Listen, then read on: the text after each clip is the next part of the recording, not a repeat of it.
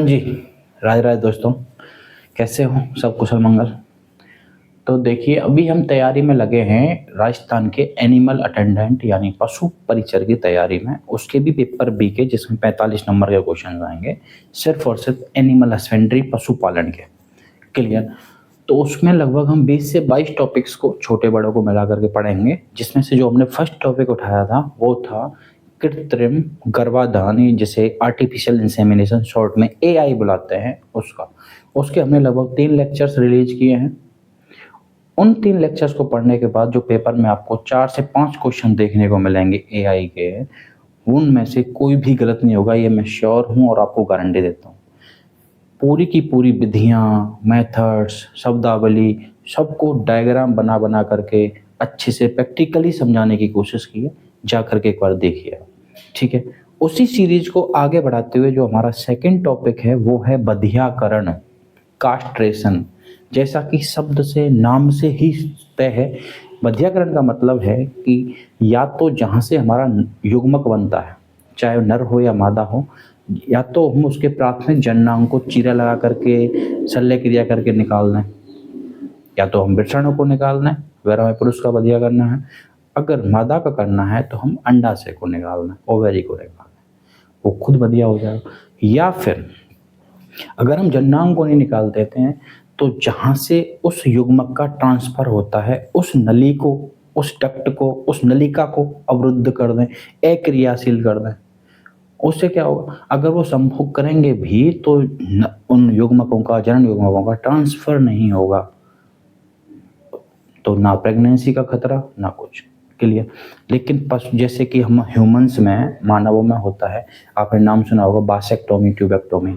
जैसे कि एक मेल को, एक पुरुष को आपको बधिया करना है तो हम, जो प्रोसेस होती है उसको कहते हैं बासेक्टोमी।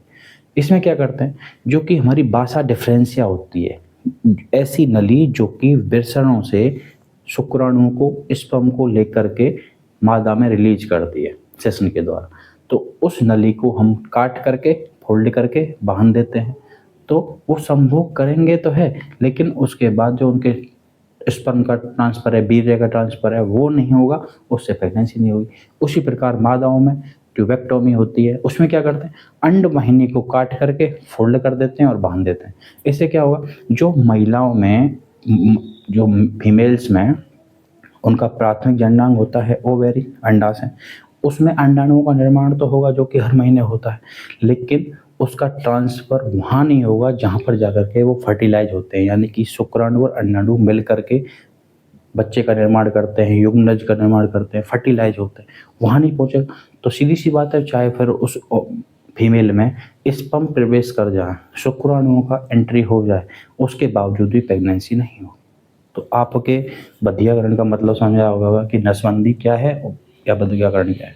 वैसे ही पशुओं में क्या है, अगर हमें किसी मेल को, मान लीजिए सांड हो गया, भैंसा हो गया, उसको बधिया करना है तो हम या तो चीरा लगा करके उसके वृषणों को बाहर निकाल दें, या फिर जिस नली के थ्रू, जिस नलिका के थ्रू, डक्ट के थ्रू स्पर्म्स का, शुक्राणुओं का ट्रांसफर होता है, उसे अवरुद्ध कर दें, उसे हम अक्रियाशील कर दें, तो पशु स्वतः ही बधियाकृत हो जाएगा। यानी कि हमें कुछ भी करके उस पशु की जनन क्षमता को समाप्त करना है, उसके जो जनन क्षमता है उसको कम करना है। क्लियर? इसके लिए तो प्रोसेस क्या है, यही चीज मैंने लिखी है। शुक्र वाहिनी या स्पर्मेटिक कॉर्ड को उपकरणों की सहायता से अक्रियाशील करना अथवा वृषणों को शल्य क्रिया द्वारा हटाना ही बधियाकरण या कास्ट्रेशन कहलाता है। अब इसका फायदा क्या है? देखिए, मेल्स हों या फीमेल्स हों, एक दूसरे के लिए उत्तेजित होते हैं। उत्तेजना के कारण जिस फोकस के लिए, जिस कार्य के लिए हमने उस पशु को पाल रखा है, कई बार उसमें अवहेलना होती है या वो कम होता है। फॉर एग्जांपल, मैंने बकरा, भेड़ अथवा मुर्गा या भैंसा ये पाल रखे हैं मीट उत्पादन के लिए, मीट प्रोडक्शन के लिए, मांस उत्पादन के लिए, ठीक है। अगर मैं उनको बधिया कर देता हूँ तो उनके शरीर में स्पर्म का निर्माण नहीं होगा, या फिर होगा भी तो उसका नाश नहीं होगा, वीर्य का नाश नहीं होगा। उससे क्या है, उन पूरा का पूरा फोकस उनके शरीर का वजन बढ़ाने में, शरीर को डेवलप करने में होगा।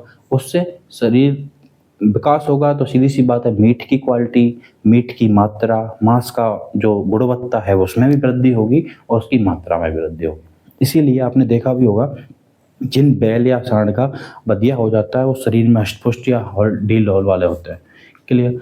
उसके अलावा क्या क्या फ़ायदे हैं, अगर हमें मान लीजिए बोझा ढलवाना है किसी पशु पर या बैलगाड़ी चलानी है, अगर हम उसका बधिया नहीं करेंगे तो उत्तेजित होगा, बहुत ज़्यादा एक्साइटेड होगा, क्रोधित होगा, जिससे हमारे वो बोझा ढो लेके नहीं जाएगा, बैलगाड़ी को तोड़ देगा। अगर हम उस पशु को बधिया कर देंगे तो वो शांत हो जाएगा, उसका इस्तेमाल हम बोझा ढोने में या बैलगाड़ी चलाने में, हल चलाने में आदि में कर सकते हैं। क्लियर।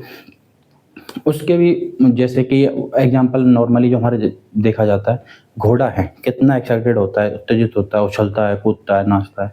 वहीं खच्चर जो कि जन्मजात ही बधिया होता है, उसकी प्रोसेस हम पढ़ेंगे, संकर प्रजनन का जरूर जिक्र करेंगे तब। तो लेकिन खच्चर वहीं कितना शांत होता है, जैसे लोगों को ट्रांसफ़र करना है, ट्रांसपोर्ट करना है, यातायात करना है तो उसके भी काम आता है, बैलगाड़ी चलाने के काम भी आता है। तो इसी एग्जाम्पल से समझ सकते हैं कि पशु के फोकस को वहीं करने जहाँ जिसके लिए हमने उसे पाला हुआ है, इसके लिए पशुओं को बधियाकृत करना आवश्यक है। बधिया करने की प्रोसेस में क्या होता है, उसके या तो प्राथमिक जननांग को निकाल दो, प्राथमिक जो उसका जननांग है उसको चीरा करके शल्य क्रिया करके ऑपरेशन करके निकाल दो, या फिर उनका जहाँ से युग्मकों का ट्रांसफ़र होता है उस नली को अवरुद्ध कर दें, उसको अक्रियाशील कर दें, तो ना तो उनके ट्रांसफ़र होगा, ना ही फिर प्रेगनेंसी का डर, ना ही वीर्यनाश का या शुक्रनाश का डर। क्लियर। अब इसकी प्रोसेस के बारे में थोड़ा सा सुनिए। या तो हम वृषणाणु को निकाल रहे हैं या शुक्र वाहिनी को, या जहाँ से शुक्राणुओं का, स्पर्मेटिक कॉर्ड का जहाँ से ट्रांसफ़र होता है उसको नष्ट कर रहे हैं। अगर वो हो जाएगा तो वृषणाणु में एक हार्मोन बनता है टेस्टोस्टेरोन, जो कि जनन क्षमताओं को या जनन क्षमता को बनाता है। जिस प्रकार मैंने बताया था पहले लेक्चर में कि महिला जो मादा पशु है उनको हीट में लाने के लिए जो कार्य करता है वो हार्मोन होता है एस्ट्रोजन, यानी कि मादा पशु को हीट में लाने के लिए एस्ट्रोजन, उसी प्रकार नर पशु को जो जनन क्षमताओं को मेंटेन करता है वो होता है टेस्टोस्टेरोन। अगर अब हम वृषणाणु को निकाल रहे हैं तो टेस्टोस्टेरोन का निर्माण नहीं होगा, तो इससे उसकी जनन क्षमता या तो समाप्त हो जाएंगी या बहुत कम हो जाएंगी, यानी लिबिडो कम हो जाएंगी। अब यही तो बधियाकरण है, यही तो बधिया है, यही तो कास्ट्रेशन है। ठीक है, यही बातें हमने लिखी हैं कि शुक्र वाहिनी स्पर्मेटिक कॉर्ड को या तो किसी उपकरणों की सहायता से दबा करके अक्रियाशील कर दें, अवरुद्ध कर दें, अथवा शल्य क्रिया द्वारा वृषणों को हटा दें, यही बधियाकरण या बधिया कास्ट्रेशन कहलाता है। क्लियर। इसमें जब वृषण हट जाते हैं अथवा अक्रियाशील हो जाते हैं तो टेस्टोस्टेरोन नामक जो हार्मोन है उसका उत्पादन बंद हो जाता है, जिसके परिणाम स्वरूप नर पशु की जो जनन क्षमता है, जो संभोग की क्षमता है, लिबिडो है, वो समाप्त हो जाएगी। इसी को तो बधियाकरण कहते हैं। फायदे क्या क्या है, मान लीजिए मीट उत्पादन के लिए हम पशुपालन करते हैं, पशुओं का पालन करते हैं, अगर हम उसका बधिया कर देंगे, कास्ट्रेशन कर देंगे, तो मांस की मात्रा, क्वांटिटी प्लस मांस की जो गुणवत्ता है, क्वालिटी है, उसमें वृद्धि हो जाएगी। उसके अलावा उत्तेजित पशु को शांत करने के लिए, ताकि उसको बोझा ढोने के, हल चलाने के, ट्रांसपोर्ट के काम में लिया जा सके, इसलिए हम बधियाकरण करते हैं। आगे हम देखेंगे कि बधियाकरण की कौन कौन सी विधियां हैं, उन विधियों में कैसे हम वृषणाणु को निकालेंगे या फिर स्पर्मेटिक कॉर्ड को अक्रियाशील करेंगे। थैंक यू, एक बार नोट कर लीजिए।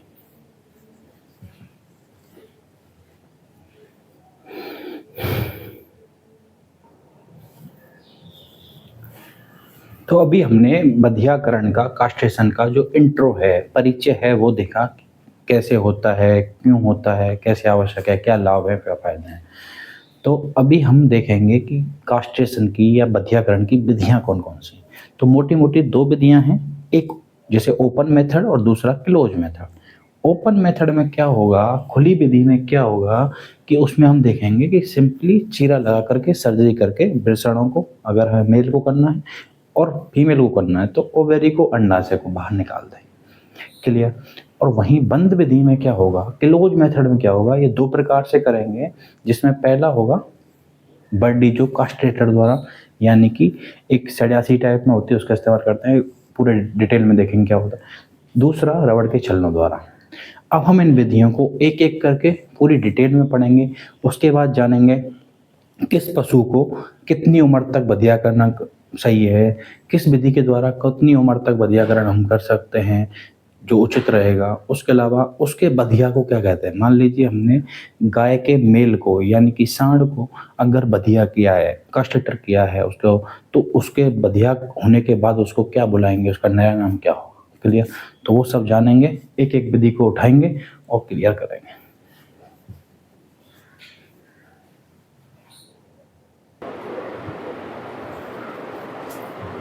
हाँ जी, तो अभी हमने विधियां पढ़ी कि किस किस विधि से हम पशु का कास्ट्रेशन या बधियाकरण कर सकते हैं। क्लियर। अब हम एक एक विधि को अच्छे से डिटेल में पढ़ेंगे। हमने पहली विधि जो उठाई है वो है ओपन मेथड या खुली विधि। क्लियर। देखिए, सबसे पहली बात तो मैंने इंट्रो दे ही दिया था कि खुली विधि का मतलब है कि शल्य क्रिया चिकित्सा, मतलब या फिर बोलूँ तो सर्जिकल मेथड है। यानी कि इसमें एक पर्टिकुलर चिकित्सक के द्वारा, डॉक्टर के द्वारा चीरा लगाया जाता है, शल्य क्रिया की जाती है, उसके बाद वृषणों को बाहर निकाला जाता है। अब इतनी प्रोसेस है तो सीधी सी बात है, इसमें ब्लड लॉस भी होगा, पशु को पीड़ा भी होगी, लेकिन इसके बाद पूरी तरह से बधिया हो जाता है पशु और पूरी तरह से जनन क्षमता उसकी समाप्त हो जाती है। क्लियर। तो यही पॉइंट मैंने लिखा। इसमें इसे सर्जिकल या शल्य क्रिया विधि भी कहते हैं। इसमें वृषण कोष पर चीरा लगाकर दोनों वृषणों को बाहर निकाल दिया जाता है। क्लियर। उसके बाद मैंने क्या लिखा है, इसमें रक्त प्रवाह, घाव में पशु को पीड़ा होती है। क्लियर। अब दोनों तरफ से देखा जाए तो अगर हमें नर पशु का अगर हमें कास्ट्रेशन करना है तो उसमें हम उसके चीरा लगाएंगे, दोनों वृषणों को बाहर निकालेंगे और उसको वापस से सिल देंगे, टाँका मार देंगे। उसी प्रकार अगर हमें मादा का कास्ट्रेशन करना है तो उसमें क्या करेंगे, हम उसके ओवेरी को, अंडाशय को बाहर निकाल देंगे। तो वही चौथा पॉइंट है, मादा के कास्ट्रेशन में ओवेरी या अंडाशय को बाहर निकाल दिया जाता है। अब आपके दिमाग में आ रहा होगा कि इस तरीके से, इस मेथड से, इस विधि से कितने उम्र तक के पशुओं का बधियाकरण होता है। तो देखिए, जब पशु का जननांग पूरी तरह विकसित हो जाए, लगभग 1.5 से 2 वर्ष की उम्र तक हम इस विधि से बधियाकरण कर सकते हैं। मान लीजिए बछड़ा है तो उसका 1.5 उम्र में लगभग हम 15 महीने से 20 महीने के बीच में हम उसका बधियाकरण कर देते हैं। एक डॉक्टर आएगा या फिर गांव में जो होते हैं बधिया करने वाले, तो चीरा लगाएंगे, दोनों बछड़ों को बाहर निकालेंगे, वापस से। हाँ जी, अभी हमने पढ़ा कास्ट्रेशन या बधियाकरण की जो खुली विधि थी, ओपन मेथड था वो। उसमें हम सिंपली क्या कर रहे थे, वृषण कोष पर चीरा लगा करके वृषणों को निकाल दिया था और निकालने के बाद वापस से सिल दिया था। उससे टेस्टोस्टेरोन का निर्माण बंद हो गया। उसके बाद जो संभोग क्षमता है, जनन क्षमता है पशु की, वो समाप्त हो गई और पशु हमारा बधियाकृत हो गया। लेकिन अब जो मेथड पढ़ेंगे हम, वो पढ़ेंगे बंद विधि या क्लोज मेथड, जिसमें जो फर्स्ट पार्ट है वो है बर्डीजो कास्ट्रेटर के द्वारा। ये होता क्या है, इसमें एक उपकरण का इस्तेमाल करते हैं जो कि प्लास या सड़ासी नुमा संरचना होती है। एक तरफ दबाने के लिए हैंडल होता है और दूसरी तरफ उसके जबड़े बने होते हैं, स्टील का बना होता है। और जैसे प्लास होती है, एक तरफ से दबाते हैं, दूसरी तरफ से जबड़ा बनाते हैं, ऐसी संरचना होती है। इसकी खोज जो है इटली के वैज्ञानिक थे बर्डीजो नाम से, उन्होंने की थी, इसीलिए इसका नाम रख दिया गया बर्डीजो कास्ट्रेटर। क्लियर। इसमें क्या होगा, मान लीजिए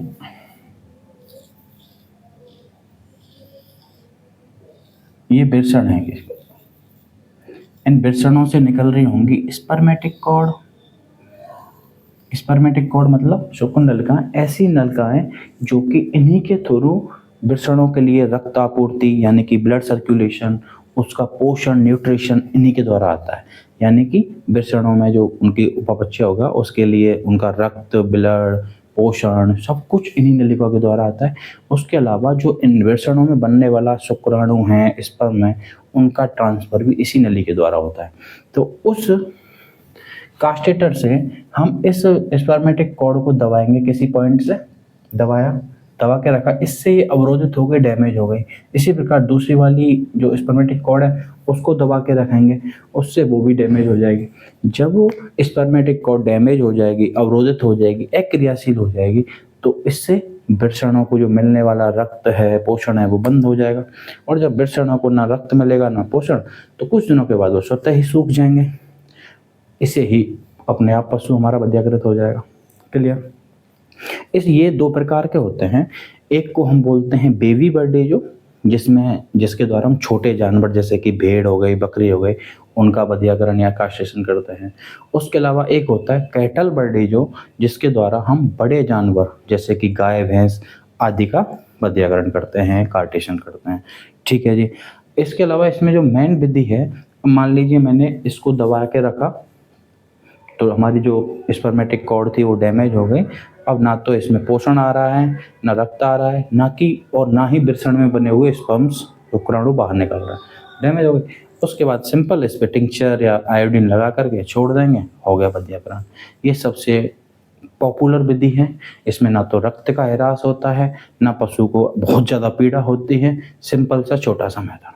क्लियर? एक बार पढ़ लीजिए क्या लिखा मैंने लिखा बंद विधि का जो फर्स्ट पार्ट है, बर्डी जो कास्टेटर के द्वारा, जो बर्डी जो है स्टील का बना होता है और इसकी खोज किसने की थी?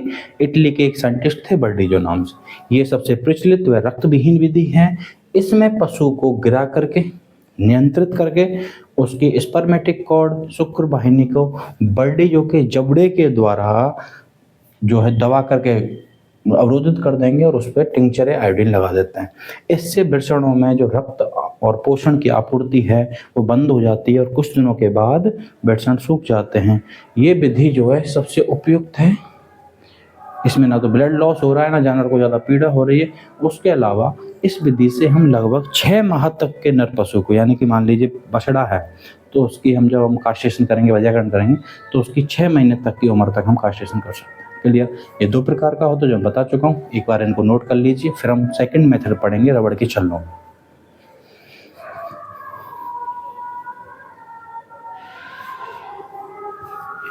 हाँ जी। तो हमारी बंद विधियों में एक विधि जो बर्डी जो कास्टेटर द्वारा थी वो समाप्त हो गई, अच्छे से पढ़ ली। अब जो उसकी सेकंड विधि है वो है रबर रिंग्स के द्वारा या रबड़ की छल्लों द्वारा। ठीक है? इसमें क्या होता है, इसमें भी एक षड्यासीनुमा संरचना होती है जिसमें छल्ले को बीच में लगा दिया जाता है। ठीक है? उसको जब खोलेंगे तो छल्ला चौड़ जाता है और वो मान लीजिए भाई ये हो गए, मान लीजिए किसी भी बैल के या बकरी के वृषण, उसमें जब हमारा उसको बुलाते हैं हम रबर रिंग डिस्पेंसर या इलास्टेटर रिंग डिस्पेंसर। डिस्पेंसर में रिंग बीच में लग गई, जब हम उसको खोलेंगे तो रबड़ बहुत ज़्यादा चौड़ जाएगी और जब हम उसको वृषणों के ऊपर से निकाल लेंगे षड्यासी को, तो वहाँ जा कर के यहाँ डिस्पेंसर कर देंगे, रिलीज कर देंगे उस रबड़ के छल्ले को। अब वो रबड़ का छल्ला इनको जो हमारी स्पर्मेटिक कॉर्ड है, रबड़ का छल्ला ऐसा होता है लगभग, ठीक है? जब इसको 88 में लगाया, चौड़ गया और उसको वृषणों के ऊपर से ले जा करके यहाँ छोड़ देते हैं। वो इतना टाइट होता है कि स्पर्मेटिक कॉर्ड को इतना टाइट दबा लेता है जिसके बाद वृषणों के लिए जो आने वाले रक्त आपूर्ति है, पोषण है, इसके अलावा यहाँ से जो स्पर्म निकलेंगे वो सब आना जाना ट्रांसपोर्ट बंद हो जाता है। ठीक है जी? और बंद हो गया तो सीधा सा सिस्टम, हमारे वृषण सूख जाएंगे। सूखने के बाद ये खुद डिस्पेंस जो रिंग है, रंग के छिल्ले हैं, वो फिसल करके गिर निकल जाता है। सिंपल सी विधि है, क्लोज मेथड है, खुद बंद विधि है। इसमें क्या होगा, जो इलास्टेटर रिंग डिस्पेंसर या रबर का रिंग डिस्पेंसर का इस्तेमाल करते हैं, उसके बाद वृषणों के ऊपर ले जा करके इससे स्पर्मेटिक कॉर्ड को, जिसको वृषण नलिका बोलते हैं, उसको हम रबड़ का छल्ला चढ़ा देते हैं। बहुत ज़्यादा टाइट, वो इतना टाइट होता है कि वृषणों को मिलने वाला रक्त आपूर्ति, पोषण सब कुछ उससे बंद हो जाता है। और जब रक्त आपूर्ति बंद हो गई, पोषण बंद हो गया, तो वृषण स्वतः ही सूख जाएंगे। वृषण सूख जाएंगे, वृषणों के सूखने के बाद रबड़ का छल्ला स्लिप होकर के गिर जाएगा और इसी से हमारा पशु बधिया हो जाएगा, कास्ट्रेट हो जाएगा। तो सिंपल यही विधि लिख रखी है मैंने। क्या लिख रखा है? इस विधि में इलास्टेटर रिंग डिस्पेंसर या रबर रिंग डिस्पेंसर का प्रयोग किया जाता है। यह भी एक रक्त विहीन विधि है। इस विधि से 7 दिन की उम्र तक पशु को विद्या किया जाता है। देखिए, सबसे पहले हमने पढ़ी थी ओपन विधि, जिसको हम लगभग 6 महीने तक के पशु का, 1.5 साल के पशु का, 1.5 से 2 साल तक के पशु का हम क्या कर रहे थे, वध्याकृत कर रहे थे, कास्ट्रेशन कर रहे थे। उसमें क्या है कि हम वृषण डेवलप भी हो गए तो हम चीरा लगा करके निकाल देंगे, लेकिन इसमें अगर अंडकोश उसके वृषण ज़्यादा डेवलप हो गए तो डिस्पेंसर से हम रबर की रिंग को चढ़ाना काफ़ी मुश्किल हो जाएगा, और चढ़ा भी दी तो रबर की रिंग का प्रेशर या जो दबाव है इतना नहीं होगा कि जो डेवलप्ड स्पर्मेटिक कॉर्ड है उसको रोक सके। लेकिन जो छोटी सी उम्र में 7 दिन की उम्र में अगर हम स्पर्मेटिक कॉर्ड पर रबड़ का टाइट छल्ला चढ़ा देंगे तो वो स्वतः ही उसके पोषण को, उसके रक्त को बंद कर देगा और वृषण सूख जाएंगे और पशु हमारा बधिया हो जाएगा। क्लियर? तो इस विधि से 7 दिन की उम्र तक पशु को बधिया किया जा सकता है।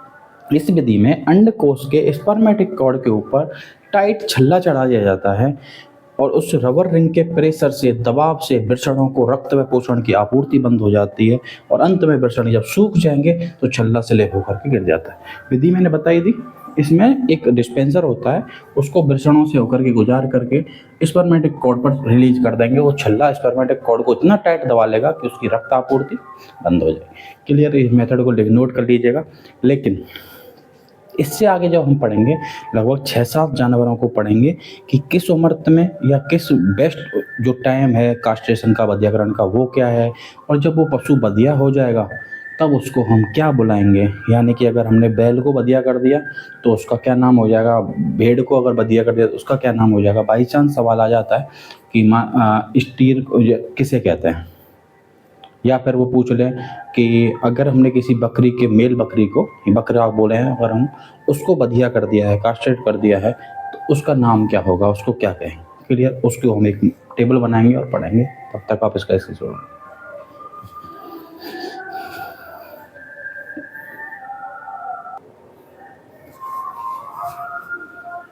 हाँ जी, तो हमने कास्ट्रेशन या बधियाकरण के बारे में इंट्रो देख लिया कि क्या होता है बधियाकरण, उसके बाद उसकी विधियां देखी, ओपन मेथड, खुली विधि देखी, उसके बाद क्लोज मेथड, बंद विधि में 2 तरीके से देखा, एक बर्डेजो कास्ट्रेटर द्वारा और एक रबर रिंग्स के द्वारा।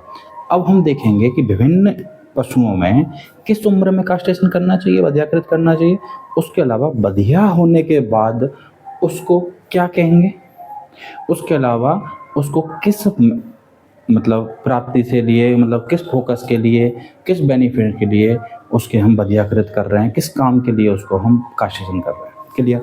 सबसे पहले हमारा गाय या भैंस, अगर उसको हमने बधिया करना है तो सबसे बेस्ट टाइम है 6 से 12 महीने, आदि से 1 साल। अगर हमें मांस प्राप्ति के लिए करना है, अगर हमें भैंसा को या बैल को मीट उत्पादन के लिए, मीट प्रोडक्शन के लिए अगर हम बधियाकृत करना चाह रहे हैं तो सबसे बेस्ट टाइम है 6 से 12 महीने शुरुआत के। और उसको बधिया होने के बाद क्या बुलाएंगे, हम स्टीर बुलाएंगे। लेकिन अगर हमें बोझा ढोने के लिए, जैसे कृषि के कार्य के लिए या बैलगाड़ी वगैरह के लिए करना है, तो बैल का लगभग 1.5 से 2 वर्ष की उम्र में कास्ट्रेशन करना चाहिए और उसको क्या बुलाएंगे, हम बुलक। क्लियर? भेड़ के लिए सबसे बेस्ट टाइम 6 महीने, वही मीट प्रोडक्शन के लिए करेंगे। और जब ये बधियाकृत हो जाएगी, कास्ट्रेशन हो जाएगी, तो उसको क्या बुलाएंगे, हम वीडर। क्लियर? उसी प्रकार बकरी के लिए जो सबसे बेस्ट टाइम है, वही मीट प्रोडक्शन के लिए हम इसका बधियाकरण करते हैं, कास्ट्रेशन करते हैं। 6 महीने सबसे बेस्ट टाइम, और जब बधिया हो जाएगा तो उस बकरी को क्या बुलाएंगे, हम बक। क्लियर? उसी प्रकार ऊंट के लिए सबसे बेस्ट टाइम क्या है, 1.5 से 2 वर्ष, और इसका फोकस क्या है, काम क्या है, वही कृषि या बोझा ढोने के लिए। और जब ये बधियाकृत हो जाएगा तो इसको क्या बुलाएंगे, हम स्टीर। क्लियर? उसके बाद है हमारा सुअर के लिए जो सबसे बेस्ट टाइम है कास्ट्रेशन का, वो है 4 से 6 सप्ताह। और काम के लिए, किस काम के लिए कर रहे हैं, किस फोकस के लिए कर रहे हैं, रीजन क्या है, मीट के लिए। और जब ये बधियाकृत हो जाएगा तो इसको हम बुलाएंगे स्टैग या हॉग। उसी प्रकार मुर्गा का भी शुरुआती दिनों में कर देते हैं और मीट प्रोडक्शन के लिए करते हैं, इसलिए इसको हम बुलाते हैं कैप्पन। और घोड़ा, इसका भी शुरुआत में 12 से 14 हफ्ते, यानी कि लगभग 2 से 3 महीने के अंदर कर देते हैं। और जब बधियाकृत हो जाएगा तो इसको बुलाते हैं हम जल्ड। और घोड़े का किस लिए किया जाता है, ज़्यादातर उसको कंट्रोल करने के लिए। मान लीजिए हमें उसको घोड़े को नचाने के लिए या करतब दिखाने के लिए प्रयुक्त करना है, या रेस के लिए यूज करना है उस घोड़े का, जैसे हॉर्स रेस होती है ना, उसमें अगर उपयोग करना है, उसके अलावा बोझा ढोने के लिए या फिर करतब दिखाने के लिए करना है, तो उसके लिए हम घोड़े का कास्ट्रेशन करते हैं, बधियाकरण करते हैं। उसके लिए उपयुक्त आयु क्या है? 12 से 14 सप्ताह। और क्या बुलाते हैं उसको बधिया होने के बाद? जेल्ड। उसके अलावा एक माइनर सा पॉइंट है, छोटा सा पॉइंट है कि हमें बधियाकरण या कास्ट्रेशन की जो प्रोसेस है वो लगभग कोशिश करनी चाहिए कि सर्दियों में करवाएं, क्योंकि इससे इन्फेक्शन का डर नहीं रहता है, या फालतू के रोग वगैरह का डर नहीं रहता, सड़ने का डर नहीं रहता जानवर को। बरसात में बिल्कुल नहीं करवाना चाहिए, उससे घाव के ऊपर पकने का और जीवाणुओं का डर रहता है। क्लियर? आज हमने बधियाकरण का सारा टॉपिक समाप्त कर लिया है इस वीडियो में। अगला जो हमारा टॉपिक होगा वो हुआ सींग रोदन, जिसे हम डी हॉर्निंग या डिस हॉर्निंग बोलते हैं। उसको भी एक ही वीडियो में समाप्त कर देंगे। लेकिन प्लीज़ मुझे सपोर्ट की इस टाइम बहुत ज़रूरत है। कृपया जितना हो सके ज़रूरतमंद तक पहुंचाइए, जो इसकी तैयारी कर रहे हैं उन तक पहुंचाइए, और शेयर कीजिए, लाइक कीजिए, प्लीज़ सब्सक्राइब बटन को फोड़ दीजिए, और इसको जितना हो सके शेयर करने की कोशिश कीजिए। बहुत बहुत धन्यवाद। ऐसे ही मैं आपको पढ़ाता रहूँ, मैं खुद पढ़ता रहूँ, दोनों के दोनों साथ में लग जाएं, मैं भी लग जाऊँ, आप भी लग जाओ। क्लियर? एक बार स्क्रीनशॉट ले लीजिए, नोट कीजिए। बहुत बहुत थैंक यू।